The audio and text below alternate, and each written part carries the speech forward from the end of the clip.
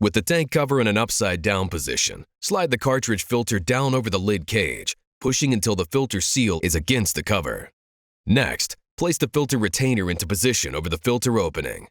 Hold the tank cover with one hand while turning the handle on the filter retainer to tighten and lock the filter into position. The cartridge filter can be used for dry pickup and small quantities of wet pickup. When cleaning the cartridge, first remove the cartridge by reversing the steps explained for proper installation.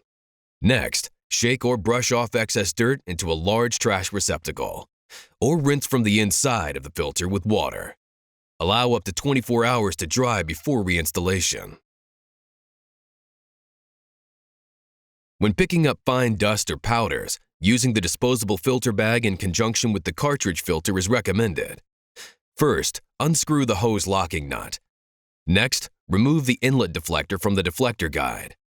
Then position the inlet deflector with the opening facing the left or right side of the filter bag. Next, slide the filter bag collar over the inlet deflector. Make sure to match the notches of the bag to the tabs on the inlet deflector. Next, slide the inlet deflector with the filter bag attached to the deflector guide. Then reinsert the hose into the inlet and tighten the locking nut.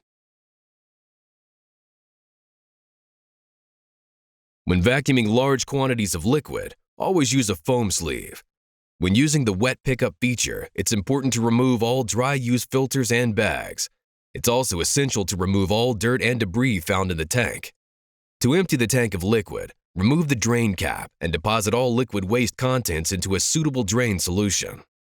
Before storing the wet-dry vacuum or using it for dry pickup, first clean and dry the interior of the tank and cover.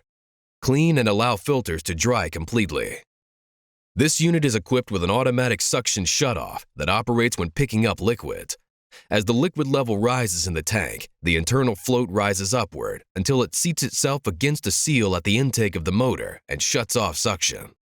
When this happens, the motor will develop a higher than normal pitch noise to indicate the vacuum should be turned off and the tank emptied. To use any of these units as a blower, insert the hose in with locking nut into the blower port and tighten. Follow all included recommendations provided inside the user manual. For additional information on this and other Shop-Vac products, visit Shop-Vac.com.